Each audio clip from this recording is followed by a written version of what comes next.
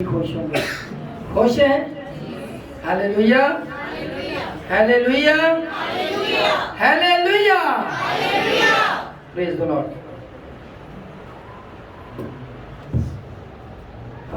آج ہم کلام مقدس میں سے سیکھیں گے کہ مسیحیت میں عورت کا کیا مقام ہے.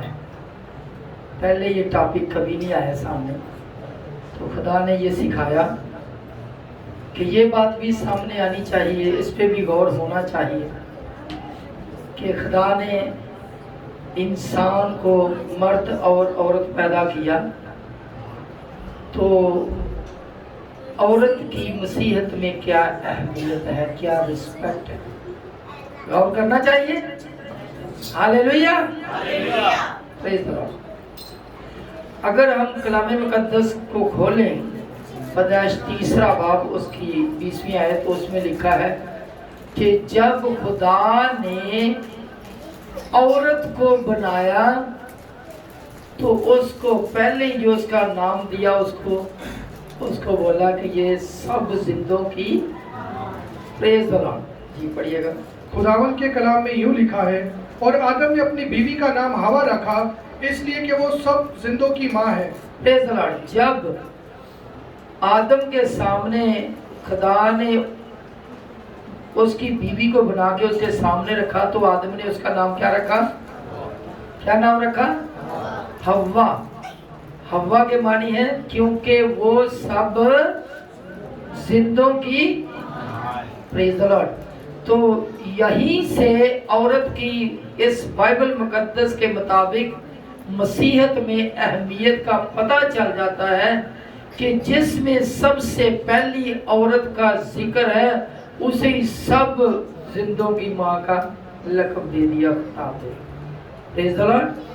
تو عورت کی رسپیکٹ کا بائبل مقدس میں سے یہیں سے اندازہ ہو جاتا ہے کہ ہوا کیا ہے؟ سب زندوں کی ماں ہے. اور اگر 17واں باب، پیدائش 17واں باب اس کی 5ویں آیت پڑھیں تو اس میں لکھا ہے ابراہیم سب ایمانداروں کا باپ ہے. پہلے ابراہیم کا نام ابراہیم تھا، پھر نام رکھا خدا نے نام رکھا ابراہیم، یعنی سب ایمانداروں کا پریز دی لارڈ. تو اگر ابراہیم سب ایمانداروں کا باپ ہے تو سارا کہاں گئی؟ سارا کیا ہوئی؟ ایمانداروں کی پریز دی لارڈ. ہوا سب زندوں کی ماں اور سارا سب ایمانداروں کی ماں. پریز دی لارڈ. خدا کا شکر ادا کرتے ہیں کہ اس کلام مقدس بائبل مقدس کے مطابق عورت کی کتنی اہمیت ہے. کہیں وہ ایمانداروں کی ماں بول رہے ہیں خدا، اور کہیں سب زندوں کی ماں. پریز دی لارڈ. کیونکہ یہ سب کچھ جو خدا انسان کے ذہن میں ڈالتا وہی بات آگے چلتی ہے. پھر اس سے بات جب آگے بڑھتی ہے تو خدا نے ایسا کیا کہ حکم دے دیا کہ شاید انسان آگے جا کے تھوڑا فرق نہ کر دے، مرد عورت کی تعظیم میں فرق نہ کر دے. تو کیا کیا کہ جب خدا نے کوہ سینا پر موسیٰ کو احکام دیے، 10 احکام دیے، تو اس میں سے ایک حکم یہ بھی دے دیا. پڑھیے گا میرے ساتھ خروج کی کتاب اس کا 20واں باب 12ویں آیت، 5واں حکم. تو اپنے باپ اور اپنی ماں کی عزت کرنا. پریز دی لارڈ. تو اپنے باپ اور اپنی ماں کی عزت کرنا. جہاں باپ کا ذکر ہے اس کے ساتھ ہی خدا نے ماں کا بھی ذکر دیا، ماں کا حکم دیا. جتنی عزت باپ کی کرنی ہے ساتھ ہی اتنی ماں کی کرنی ہے. یہ ہے عورت کی اہمیت، یہ ہے ماں کی اہمیت. کیوں؟ اگر تو نے صرف دونوں میں سے باپ کی تو بڑی کر لی کیونکہ اس کے پاس کچھ ہاتھ میں ہو سکتا، کچھ چیز بھی ہو، تو عورت پیار کرتی ہے. تو عورت کی اگر تو فرق کرے تو پھر یاد رکھنا کہ اگلا حکم تیرے لیے نہیں ہوگا. اگلا حکم کیا ہے؟ تو اپنے باپ اور اپنی ماں کی عزت کر تاکہ اس زمین پر تیری عمر. پھر یہ کام نہیں ہوگا. پڑھیے گا. تو اپنے باپ اور اپنی ماں کی عزت کرنا تاکہ تیری عمر اس ملک میں جو خداوند تیرا خدا تجھے دیتا ہے دراز ہو. جی ہاں، اگر باپ کی عزت ہے اور ساتھ ہی ماں کی عزت ہے، یہ ہے عورت کی رسپیکٹ، یہ ہے عورت کی عزت. اگر ہم رشتوں کے بارے میں سمجھیں تو جو میری سمجھ کے مطابق مجھے 13 رشتے میری سمجھ میں آتے ہیں جو عورت کے رشتے. 13. کبھی شاید غور کیا کسی نے نہیں، یا کہ نہیں ہو سکتا ہے اس سے بھی 1-2 زیادہ ہو، لیکن جو مجھے سمجھ آئے وہ 13 ہے. ایک دادی ہے سب سے پہلے، سب سے بڑی دادی ہے، نانی ہے، پھر باپ کی طرف سے پھر پھپھو ہے، اور پھر ماں کی طرف سے اس کی خالہ ہے، پھر ماں ہے، پھر بہن ہے، بیوی ہے، تائی ہے، چاچی ہے، ممانی ہے، ساس ہے، سالی ہے، سالے ہار بھی ہے. 13 رشتے کم از کم بنتے. تو ان رشتوں کا تقدس خدا نے بتایا ہے. ہر کسی کی اپنی اپنی رسپیکٹ ہے. دادی کی اپنی رسپیکٹ ہے کیونکہ وہ باپ سے بھی بہتر سمجھی جائے گی، باپ کی بھی ماں ہے. اسی طرح نانی کی بھی، وہ ماں کی بھی ماں ہے. اسی طرح پھر ہر رشتے کا اپنا اپنا تقدس ہے. اور یہ تقدس، یہ رسپیکٹ بائبل مقدس نے بتائی. سارے بائبل مقدس میں یہ رشتے لکھے ہوئے ہیں، کسی کے بنائے ہوئے نہیں ہیں بلکہ یہ لکھے ہوئے ہیں. اس طرح پھر ہمیں رشتوں کا خیال کرنا چاہیے یا نہیں کرنا چاہیے؟ کرنا چاہیے. پریز دی لارڈ. عورت کے اتنے رشتے ہیں اور اس کے علاوہ بھی رشتہ ہے، ایک بڑا خاص رشتہ ہے، وہ عظیم لیڈر بھی ہوتی ہے. پریز دی لارڈ. عورت کی اہمیت اتنی زیادہ ہے کہ شاید ٹائم ختم ہو جائے لیکن اہمیت پوری نہ بیان ہو سکے. شاید کوئی آستر کو جانتا ہو جس کا اصل نام حدثہ تھا. آستر نے حکم دیا، ریکویسٹ کی بلکہ کہ میری ساری قوم 3 دن کا روزہ رکھے، اور ساری قوم نے اس کی ریکویسٹ، اس کی درخواست کو مانا، اور اس آستر کے وسیلہ سے اس کی ساری قوم بچ گئی. پریز دی لارڈ. تو اس کا مطلب عورت ایک عظیم لیڈر بھی ہے. پریز دی لارڈ. پھر رشتوں میں اگر جائیں تو رشتوں کی بات کر رہے تھے تو روت کو کون بھول سکتا ہے؟ روت ایک بہت اچھی بہو تھی. پریز دی لارڈ. جس کا شوہر تو فوت ہو گیا لیکن پھر بھی وہ اپنی ساس کے ساتھ ملی ہے اور اس کی خدمت کرتے رہے. پریز دی لارڈ. تو اگر اتنی اس کی اہمیت ہے آستر کی اور روت کی کہ اس بائبل مقدس میں ان کی اپنی ایک سیپریٹ بک ہے. پریز دی لارڈ. خدا کا شکر. پھر ربکا کو کون بھول سکتا ہے جس کی وسیلہ سے یعقوب نے برکت پائی. کتنی محنت کی، کتنا کچھ اس کو سکھایا، کیسے کچھ کرا کے اس نے یعقوب کو برکت دلائی. اب سمجھے میری بات کو کہ نہیں؟ تو ربکا وہ عظیم ماں ہے جس کے وسیلہ سے یعقوب کو برکت ملی. پریز دی لارڈ. یوکبت ایک ایسی عظیم عورت ہے جس نے موسیٰ جیسا لیڈر پیدا کیا، لیڈر دیا. پریز دی لارڈ.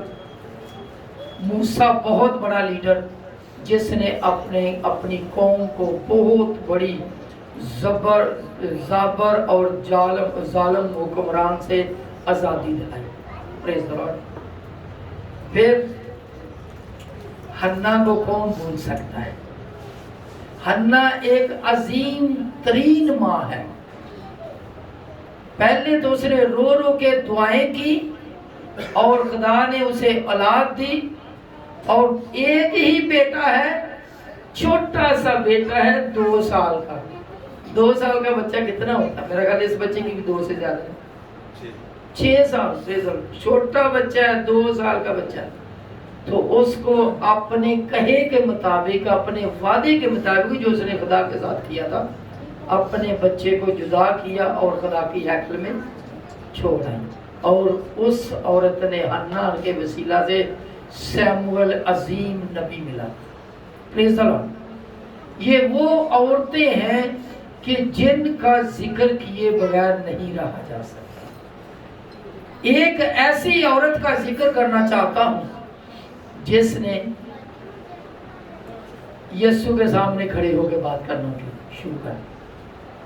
ایک عورت یسوع کے پاس آئی، وہ کہنے لگی کہ میں چاہتی ہوں کہ میرا ایک بیٹا، جب تو اپنے جاہو جلال میں آئے، اپنی بادشاہت میں آئے، ایک بیٹا تیری دہنی طرف بیٹھے، ایک بیٹا میرا تیری بائیں طرف۔ یہ زبدی کی بیوی کی بات ہے۔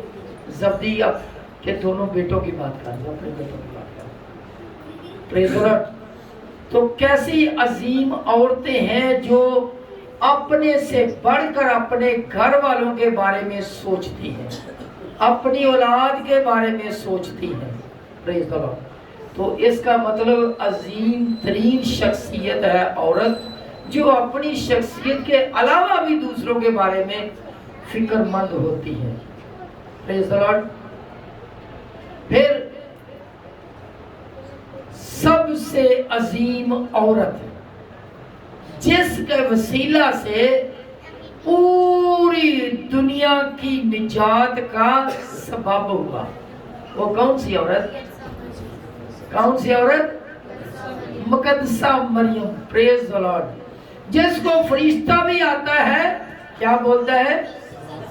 سلام بولتا ہے، سلام بولتا ہے۔ اور کیا بولتا ہے؟ تو کیسی عورت ہے؟ تو مبارک عورت ہے۔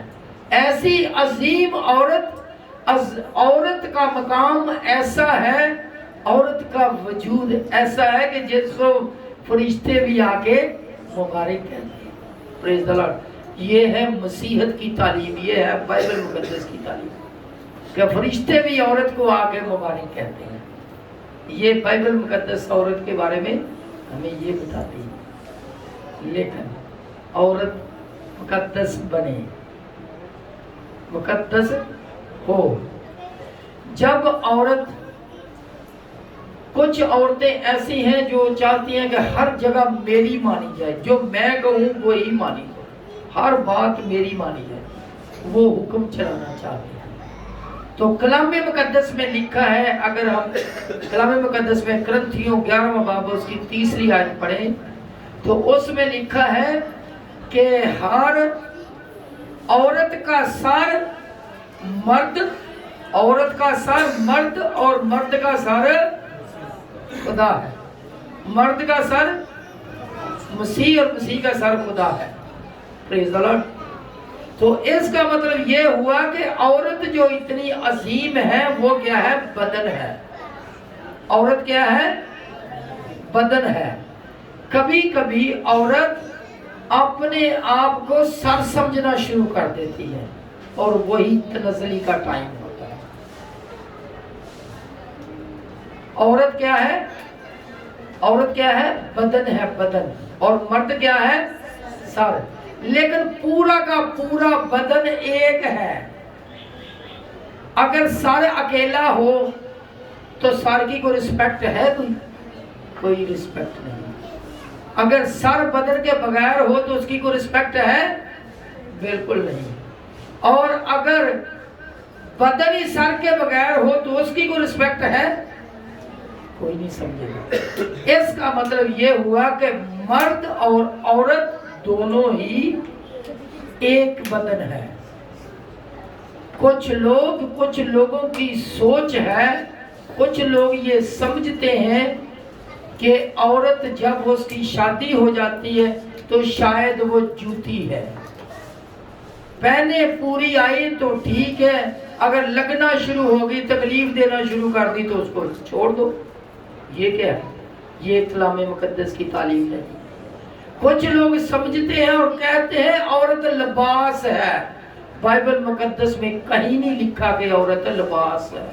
عورت جسم ہے، پورے بدن کا حصہ ہے، برابر کی برکت کی شریک ہے. لباس کا اگر لباس مانا جائے تو لباس تو اتار بھی دیا جاتا ہے، لباس پھینک دیا جاتا ہے. لیکن بائبل مقدس کہتی ہے کہ عورت کیا ہے؟ بدن ہے، بدن. اگر مرد سر ہے تو عورت کیا ہے؟ بدن. اور یہ پورا ایک کمپلیٹ جسم تب بھی بنتا ہے جب دونوں برابر ہو، جب دونوں اکٹھے ہو. سمجھ آ رہی بات کی کہ نہیں آ رہی؟ آ رہی کہ نہیں آ رہی؟ اچھا، شکر ہے. تو پھر عورتیں جب عمر میں بڑھ جائیں، بڑی عمر والی ہو جائیں، تو پھر عورت مقدس بنے، متقی بنے، پرہیزگار بنے، جوان عورتوں کو سکھائیں، تہمت لگانے والی نہ ہو، لڑائی جھگڑا پیدا کرنے والی نہ ہو. یہی کلام مقدس میں لکھا ہے. میں صدقہ تیتس کا خط دوسرا باب اس کی تیسری آیت.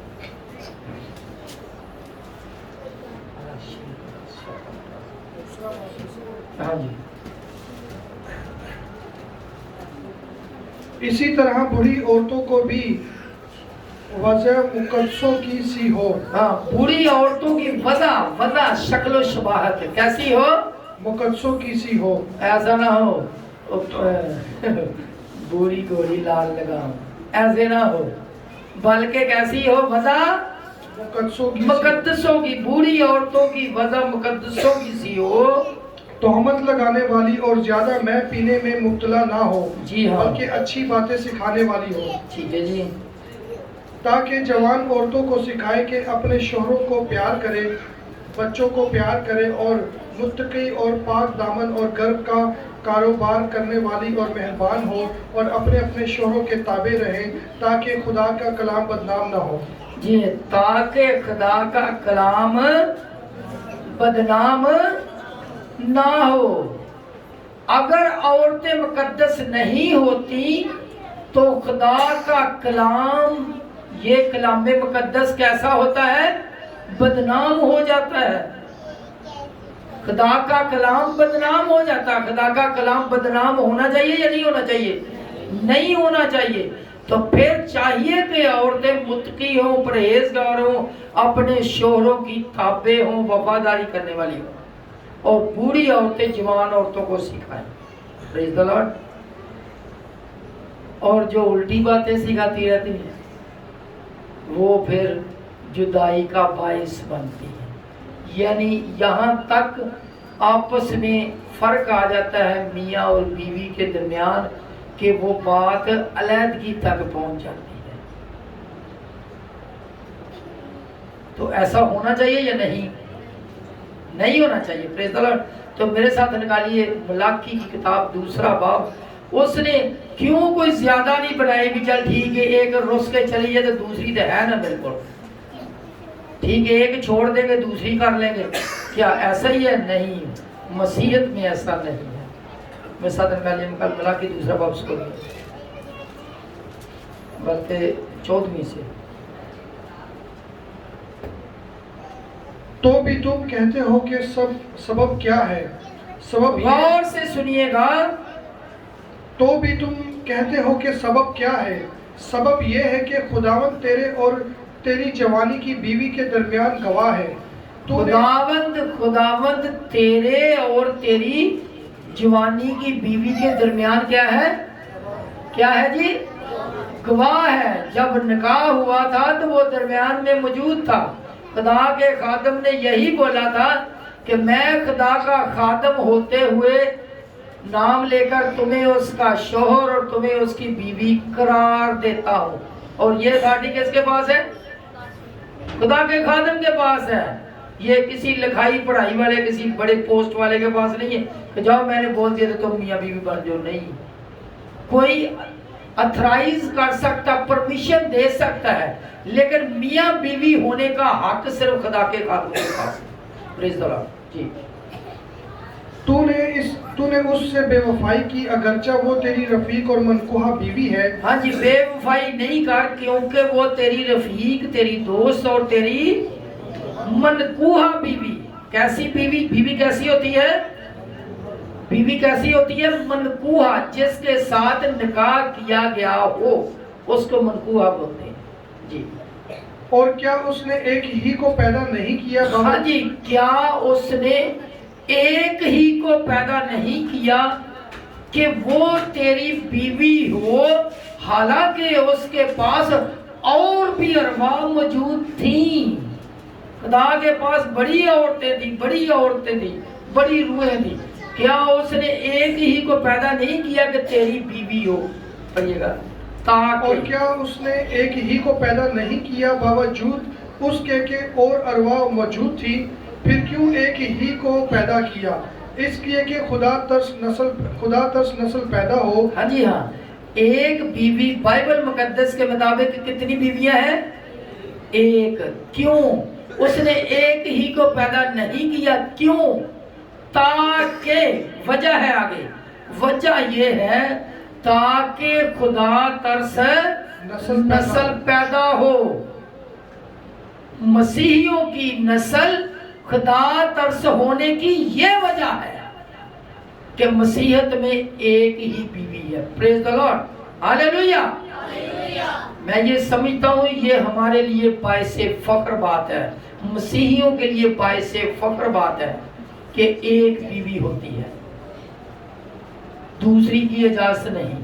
ہاں، اگر دونوں میں سے اگر کوئی مر جائے، خدا کے پاس چلا جائے، تو پھر کلام مقدس میں لکھا ہے وہ اس کے بندھن سے آزاد ہوا، تو پھر اس کے مرنے کے بعد دوسرا نکاح کر سکتے ہیں. اس میں بھی خدا کے خادم مقدسین جو خدا کے خادم ہیں وہ پابند ہیں کہ کسی بیوہ سے نکاح نہیں کریں گے، بلکہ اپنی ہی قوم کی کسی کنواری بیٹی سے نکاح کریں گے.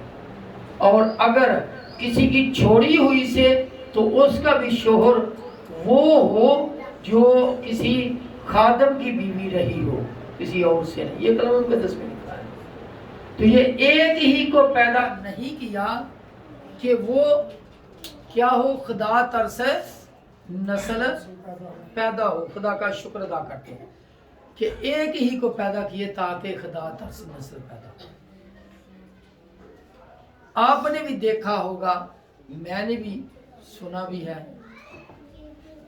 دیکھا بھی ہے کہ کچھ لوگ مسیحی ہوتے ہوئے ایک سے زیادہ بیوی رکھتے ہیں، بیویاں رکھتے ہیں، جو کہ اس کلام مقدس کے مطابق نہیں ہے. کیا نکاح کرتے ہیں، کیسے نکاح کرتے ہیں، کس بائبل کے مطابق نکاح کرتے ہیں، یہ سمجھ سے باہر بات. یہاں پہ کیا لکھا گیا؟ اس نے ایک ہی کو پیدا نہیں کیا تاکہ خدا کا کلام ایک ہی کو پیدا نہیں کیا تاکہ خدا ترس نسل پیدا ہو، تاکہ خدا ترس نسل پیدا ہو. پریز دی لارڈ. پھر آگے پڑھ دیجئے، اس سے آگے پڑھیں. بس تم اپنے نفس سے خبردار رہو اور کوئی اپنی جوانی کی بیوی سے بے وفائی نہ کرے. جی ہاں، تم اپنے نفس سے خبردار رہو اور کوئی اپنی جوانی کی بیوی سے بے وفائی، جوانی کی بیوی سے بے وفائی نہ کرے. آگے 16ویں بڑی خاص آیت. کیونکہ خداوند اسرائیل کا خدا فرماتا ہے میں طلاق سے بیزار ہوں. کیونکہ خداوند اسرائیل کا خدا فرماتا ہے میں طلاق سے بیزار ہوں. مسیحیت میں علیحدگی ہے. اگر میاں بیوی کی آپس میں انبن ہوتی ہے تو علیحدگی ہے، لیکن دوبارہ پھر صلح ہے، آپس میں کسی دوسری تیسری کی طرف نہیں جانا. یہ بھی عورت کی رسپیکٹ میں ہے. جی، اور ایسا نہیں کہ اگر پسند آئی تو ٹھیک ہے، اگر لڑائی جھگڑے والی لگی تو پھر چھوڑ دو اور ہمیشہ ہمیشہ کے لیے اس کی زندگی جیرن ہو جائے. جی، اور اس سے بھی جو اپنی بیوی پر ظلم کرتا ہے، خدا اس سے بھی بیزار ہے جو اپنی بیوی پر ظلم کرتا ہے.